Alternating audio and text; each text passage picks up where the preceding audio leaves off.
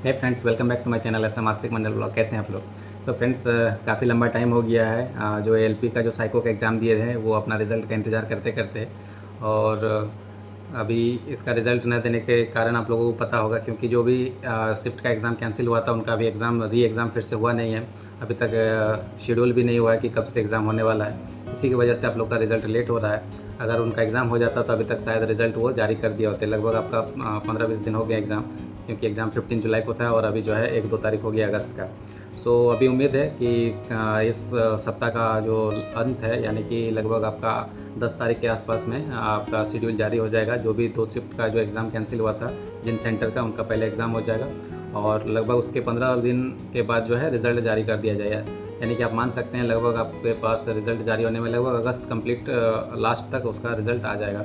So friends, अभी मैं आप लोगों को थोड़ा सा काफ़ी इंपॉर्टेंट चीज़ बता दे रहा हूँ, क्योंकि आपको उस टाइम लास्ट में थोड़ा सा परेशानी ना झेलना पड़े। क्योंकि जो भी स्टूडेंट को लगता है कि उनका साइको क्लियर हो सकता है, वो अपना जो है जो सर्टिफिकेट है वो अपना जो है रेडी करके रखें।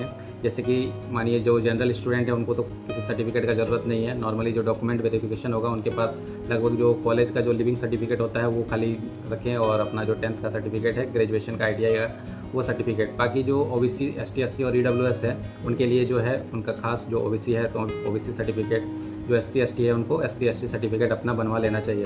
क्योंकि फ्रेंड्स, ये जो ओबीसी सर्टिफिकेट होता है, क्योंकि हम भी ओबीसी से बिलोंग करते हैं और जिस टाइम हमारा डॉक्यूमेंट वेरिफिकेशन था काफ़ी परेशानी का सामना करना पड़ा था फ्रेंड्स, क्योंकि उतना शॉर्ट टाइम में काफ़ी कम टाइम था और सारी जगह से सर्टिफिकेट बनाना मुश्किल हो जाता है। सो ओबीसी बनाने के लिए सबसे पहले आपको पता होगा कि उसका जो लोकल रेसिडेंशियल है वो बनाना पड़ता है, फिर आपका जो इनकम है वो बनाना पड़ता है, और उसके बाद जो आपका जो है कास्ट सर्टिफिकेट है वो। उसके बाद जब आपका तीनों बन जाएगा उसके बाद ही आप ओबीसी के लिए अप्लाई कर सकते हैं। और जब एक बार ओबीसी बनता है उसके बाद ही आपका जो भी ब्लॉक रहेगा वहाँ से आप जो ऑफलाइन फॉर्मेट में ही आपको जो आरआरबी के द्वारा जो फॉर्मेट दिया जाता है उसका ओबीसी आपको लेके जाना पड़ता है। जो ऑनलाइन वाला जो नॉर्मली रहता है उससे आपका वहाँ पे डॉक्यूमेंट वेरिफिकेशन में काम नहीं आने वाला है फ्रेंड्स।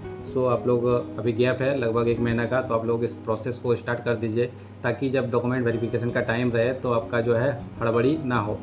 सो फ्रेंड्स, मैं बस इसी तरह गलती किया था। जब अपना रिज़ल्ट नहीं आया था तो मैं भी सोच रहा था कि क्या पता रिज़ल्ट आए ना आए, तो उसके लिए हम लोग सर्टिफिकेट नहीं बनवा के रखे थे। और जैसे रिज़ल्ट आया उसके लगभग 1 महीना का समय दिया था, और 1 महीना के समय के अंदर ही हमें अपना जो है सारा सर्टिफिकेट बनाना पड़ा। यानी कि ओबीसी का थोड़ा सा लंबा प्रोसेस हो जाता है, क्योंकि सरकारी कागज़ आपको पता होगा कि 1-2 दिन में बनते नहीं हैं, थोड़ा सा बार बार जाना। इसीलिए लास्ट में लगभग मेरा 15 से 20 दिन बचे थे, उसी में हमें बनाना पड़ा। सो फ्रेंड्स, मैं आप लोगों को बताता हूँ कि आप ओबीसी सर्टिफिकेट कहाँ से और किस तरह बना सकते हैं। सो आपका जो नोटिफिकेशन दिया है एलपी का, उसमें सबसे नीचे जाने के बाद वहाँ पे जितने भी सारे सर्टिफिकेट्स हैं उनका सबका फॉर्मेट दिया हुआ है, और आपको उसी फॉर्मेट में ही सर्टिफिकेट बना के लेके जाना है डॉक्यूमेंट वेरिफिकेशन के टाइम में।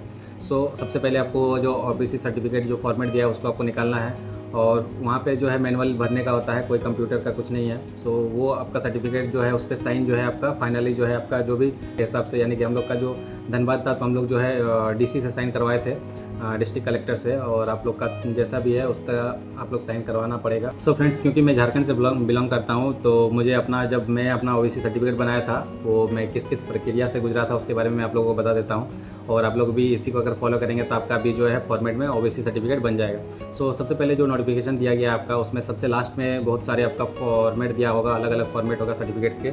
उसमें से जो ओबीसी है उसका अलग है, एसटी एससी का अलग है, सबका अलग अलग दिया हुआ है। तो जो ओबीसी वाले स्टूडेंट है वो ओबीसी वाले निकाल लेंगे, और जो एससी एसटी वाले हैं वो उनका अलग से है। सो सबसे पहले आपको इस फॉर्मेट में जो आपको ओबीसी बनाना है, तो इसके लिए आपको सबसे पहले आपका जो जातीय आवासीय आय जो है वो लेटेस्ट बना हुआ होना चाहिए। अगर नहीं है तो सबसे पहले आपको जातीय आवासीय आय अप्लाई करना पड़ेगा। जो भी प्रज्ञा केंद्र है वहाँ से आप अप्लाई करेंगे, और वो जो है आपका सीओ वगैरह से गुजर के वो फाइनली आपका जातीय आवासीय आय तीनों बन जाएगा। फिर वापस आप प्रज्ञा केंद्र में जाओगे और वहाँ पे फिर आप ओबीसी अप्लाई करोगे।